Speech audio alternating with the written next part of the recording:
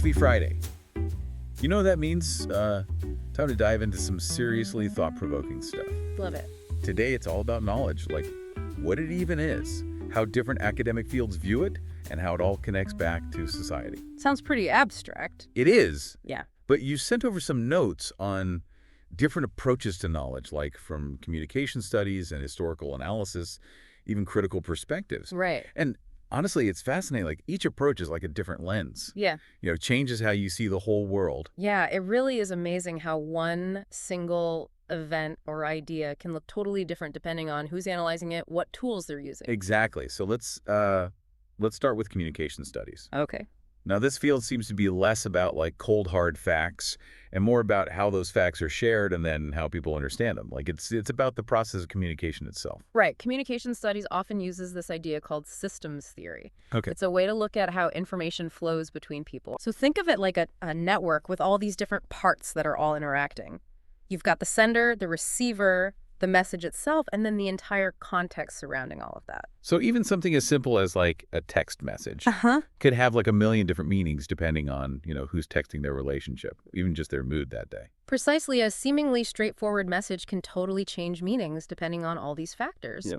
Think about it. Have you ever gotten a text that you read one way, but the sender meant something completely different? Oh, yeah, all the time. Right. That's exactly the kind of dynamic process that communication studies tries to break down. Makes you realize how much is going on beneath the surface in our everyday interactions. Absolutely. So then things get even more interesting when you add in time. Right. That's where historical perspectives come in. Absolutely. Historical perspectives are a good reminder that knowledge isn't static. Yeah. It evolves, it changes over time, it's shaped by specific events and the social context of that time period. It's like trying to understand today's news without knowing anything about what happened last year or even last century. Right, you need that background. We need that background to even make sense of what's happening now.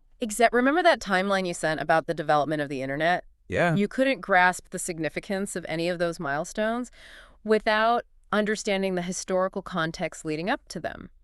Each innovation is built on what came before it, and those historical connections are crucial. Right. It's like trying to understand a movie, but only watching the last 10 minutes. Exactly. You're missing the whole plot. Exactly. But then we have these critical perspectives, which seem to take this idea of context even further. Okay. It's not just about when something happened, but also about who was involved and why. Yeah, that's a great way to put it. Critical perspectives.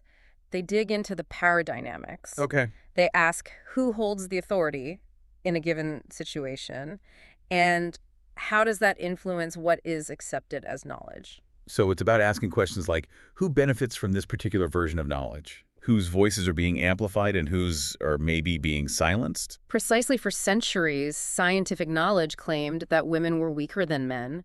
But with a critical perspective, you can ask, well, who are the scientists making these claims? Were they all men? What social assumptions were they working under? And it turns out many of those facts throughout history weren't so factual after all. It's a crucial point. It challenges us to look beyond the surface and really examine those power structures that shape what we believe to be true. And one thinker who really dug into this was Michel Foucault. Yes, his book, The Archaeology of Knowledge. Yeah. It's a cornerstone of critical analysis. So Foucault's ideas are incredibly relevant here. Yeah. He argued that knowledge isn't neutral, it's deeply intertwined with power. Those in power, they often get to decide what's considered true or valid knowledge, and then that knowledge reinforces their power. It's kind of this cyclical process. So the more I learned about these different lenses for viewing knowledge, the more I realized it's not just this neutral thing out there waiting to be discovered. It's shaped by our interactions, our interpretations, and like you said, even by who holds the power in a given situation. Absolutely. It's like we're constantly constructing and reconstructing what we know based on new information, different perspectives, and even shifts in power dynamics. Okay, so we've kind of laid the groundwork with these different perspectives. Yeah. Now I'm curious how they can actually help us unpack some of the ideas in the materials you sent over. Right. Let's revisit communication studies for a second. Okay.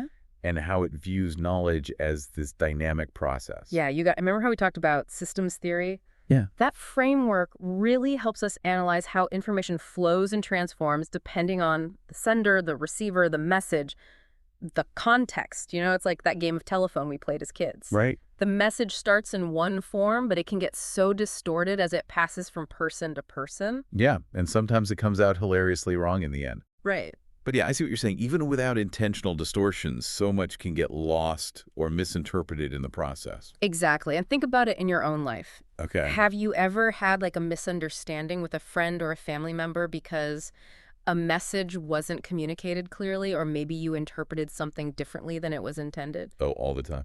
Especially with text messages. Sometimes I'll send what I think is a perfectly harmless message, and the other person will read into it all sorts of things that I never even intended. Yeah, that's a perfect example of how communication isn't just about transmitting information, but also about navigating all these potential pitfalls. Right. And understanding those dynamics is so crucial, especially today when we're just bombarded with messages from all directions. Oh my gosh, yes. Social media, news outlets, advertising. It's like, It's like we need to develop a sixth sense for filtering all that noise and figuring out what's reliable and what's not. that's where those critical thinking skills come in handy. Right. And speaking of critical thinking, let's shift gears a bit and put on our historian hats for a moment. Remember that historical analysis reminds us that knowledge is constantly evolving Yeah. and that we can't understand the present without considering the past. Right. It's all about context. Exactly. So how can we use a historical lens to examine the material that I sent over? Well, think about that article you shared about the rise of artificial intelligence. Uh-huh. It's a fascinating topic, and it's moving at lightning speed. Yeah, it really is. But to really grasp the significance of AI, we need to understand its historical roots. Like, where did this technology come from? Who were the key figures who shaped its development? That's a great point. The article mentioned some early pioneers in computer science, Yeah. but it didn't really delve into their motivations or the social context of their work. Exactly. And by exploring those historical layers, we might uncover some really surprising insights. For example, were there any ethical considerations or biases built into those early algorithms? How did the political climate or cultural attitudes of the time influence the direction of AI research? These are all questions that a historical perspective can help us explore. It's like we're doing a bit of intellectual archaeology, Oh. digging through those layers of the past to understand how we arrived at the present moment. I love that analogy. Yeah. And this archaeological approach can be applied to any field of knowledge, whether we're talking about science, politics, art, or even our own personal beliefs. Understanding that historical context is essential. So historical analysis gives us that timeline and the background. Yeah. But what about those critical perspectives? Yeah. How can we use them to really unpack the power dynamics at play in the information we encounter every day? Well, let's take that article you sent about the media's portrayal of climate change. Okay. It's a hot button issue. There are strong opinions on all sides. Yeah, definitely. But a critical perspective would encourage us to go beyond those surface arguments and examine the power structures that are shaping the narrative. Okay, I'm intrigued. Give me an example. Sure. Who owns the media outlets that are reporting on climate change? Yeah. What are their political affiliations or their financial interests? Are there certain voices or perspectives that are being amplified or silenced in the coverage? These are all questions that a critical perspective can help us address. It makes you realize that what we see and hear in the media isn't necessarily a neutral reflection of reality. Yeah. There are all these hidden agendas and power dynamics at play that can really shape our understanding of an issue. Exactly. And it's not just about being skeptical or cynical. It's Right. about approaching information with a healthy dose of critical thinking. Okay. Who are the sources? What are their biases? Are there alternative perspectives that are being excluded? These are the types of questions that can help us navigate the complexities of the information landscape. So instead of passively absorbing information, we need to actively engage with it, question assumptions, consider multiple viewpoints. You got it. And that leads us back to one of the key figures we discussed earlier, Michel Foucault. Right? Foucault and his ideas about the relationship between knowledge and power, it all seems so abstract, though. How can we actually apply his ideas to our daily lives? Well, one of Foucault's key insights was that knowledge isn't just about facts and figures, it's also about discourse. Okay. The way we talk about things, the language we use, the categories we create, and those discourses are often shaped by power structures. Okay. I'm starting to see where you're going with this. Give me an example. Sure, think about the language used to describe mental illness throughout history. Okay. For centuries, people with mental health conditions were labeled as crazy, insane, or possessed. Right. Those terms carried a lot of stigma and reinforced the idea that mental illness was something to be feared and shunned. Yeah, and that kind of language can have a real impact on how people with mental illness are treated and perceived by society. Absolutely. Yeah. But in recent decades, there's been a push to use more sensitive and accurate language terms like mental health condition or person with lived experience. Right. This shift in discourse reflects a changing understanding of mental illness and a greater emphasis on empathy and respect. So by changing the way we talk about something, we can actually challenge those old power structures and create a more inclusive and understanding society. That's a great way to put it, and that's just one example of how Foucault's ideas can help us see the world in a new light. Mm. By recognizing the power of language and discourse, we can start to deconstruct those harmful stereotypes and assumptions that limit our understanding. It's amazing how a simple shift in language can have such a huge impact on our perceptions and even our actions. It really highlights how knowledge isn't just about objective facts. Right. It's about the way we frame and interpret those facts. It's like we're constantly wearing these invisible glasses that shape how we see the world, and those glasses are often crafted by, the dominant narratives, cultural assumptions, and, as Foucault pointed out, the power structures that surround us. So how can we become more aware of those glasses? How can we learn to see through them and develop a more critical and nuanced understanding of the world? Well, one way is to cultivate a sense of curiosity and a willingness to question everything. Don't just accept things at face value. Right. Dig deeper, ask questions, seek out alternative perspectives. That infographic you shared about the history of the internet, Yeah. that's a perfect example. It's fascinating to see how this technology has evolved over time. Yes, I found it fascinating how something that started as a way for scientists and researchers to share information has transformed into this global communication network that connects billions of people. But what's even more interesting is to look at that evolution through a critical lens. Who were the key players that shaped the development of the internet?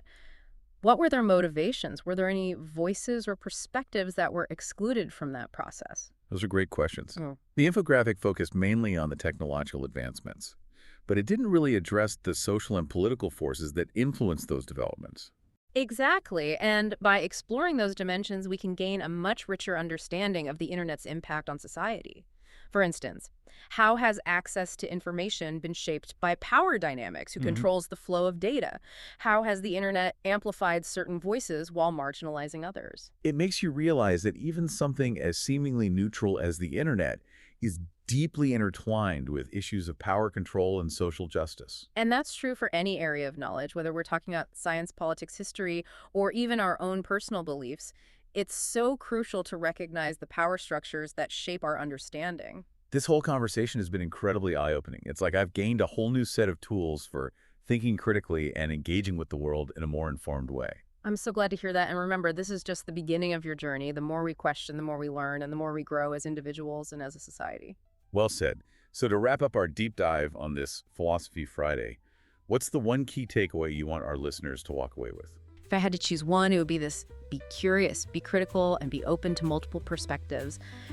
Don't be afraid to challenge the status quo, to ask uncomfortable questions, and to embrace the complexity of the world around us. The more we learn to see the world through different lenses, the more we'll appreciate its beauty, its challenges, and its endless possibilities. That's such a powerful message and a perfect note to end on. Thanks for joining us on this intellectual adventure, and we'll see you next time for another deep dive into the fascinating world of ideas.